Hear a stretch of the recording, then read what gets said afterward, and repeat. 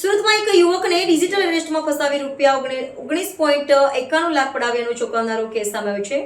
આ કેસમાં cyber crime સેલે police આરોપી હિરેનકુમાર લક્ષ્મણભાઈ પટેલને મહેસાણા ખાતેથી ઝડપી પાડ્યો છે. સુરતના સાયબર ક્રાઇમ સેલે એક આરોપીની ધરપકડ કરી છે, જેમણે ફરિયાદીને ડિજિટલ રીતે ફસાવીને લગભગ ₹19.91 લાખ પડાવી લીધા હતા. આરોપીએ પોતાની સીબીઆઈ અધિકારી તરીકે ઓળખાવી વોટ્સએપ વિડીયો કોલ દ્વારા ફરિયાદીને ધમકી આપી હતી. તેમણે ફરિયાદીને કહ્યું કે તેમના નામે એક પાર્સલમાંથી ડ્રગ્સ મળી આવ્યું છે અને જો સહકાર નહીં કરો તો ઘરે પહોંચીને ધરપકડ કરવામાં આવશે.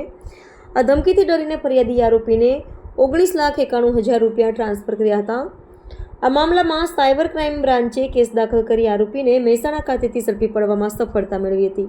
એક ડિજિટલ અરેસ્ટ ના કામના આરોપી છે. આ કામના જે ફરિયાદી બેન છે એ વેબ ડિઝાઇનર તરીકે કામ કરે છે અને 2024ના વર્ષમાં એક દિવસે એમને કોલ આવ્યું અને સામેવાળાએ ફેડેક્સના કર્મચારી હોવાની ઓળખ આપી અને એ ફેડેક્સવાળાએ કર્મચારી એમને એમ કીધું બેનને કે તમારા નામથી એક પાર્સલ મુંબઈથી ઈરાન જવા માટે મુંબઈ એરપોર્ટ પર પકડાઈ ગયેલ છે અને એમાં 300 ગ્રામનું MD છે અને આ પાર્સલ માટે તમારો આધાર કાર્ડ નંબર અને તમારો ફોન નંબર યુઝ કરવામાં આવ્યું છે.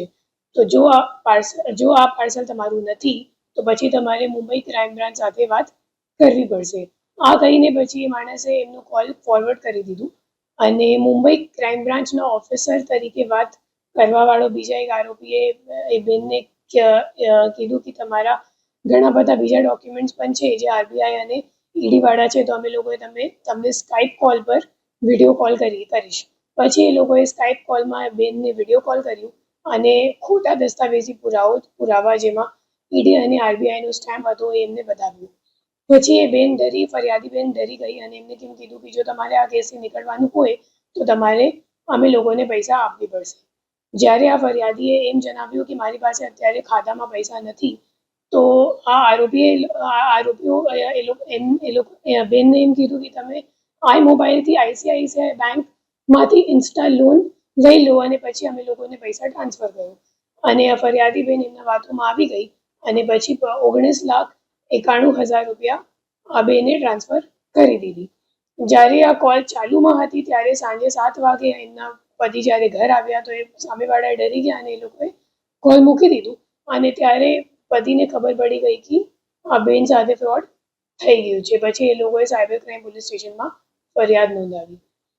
અત્યારે અમે લોકોએ જે આરોપીને લઈને આવેલા છે ઓલરેડી એમની પાસેથી રિકવરીની પ્રક્રિયા પણ ચાલુ છે અને એમનો ખાતો HDFC બેંકમાં કરંટ અકાઉન્ટમાં હતો. એમનું નામ છે હિરેન પટેલ અને એમના ખાતાઓ NCCRBમાં કુલ 14 જેટલા અન્ય કંપનીઓમાં પણ સંડોવાયેલ છે અને આ આરોપીને ₹2,81,000 જેટલા રૂપિયા કમિશનમાં મળ્યું હતું અને આ ફરિયાદી બેનને પોલીસે ઓલરેડી આજ દિન સુધી 10,86,000 જેટલા રિફંડ અપાવી દીધું છે અને હવે જે બાકીમાં છે એ પણ હિરેન પટેલથી રિકવરી કરવાની પ્રક્રિયા ચાલુમાં છે.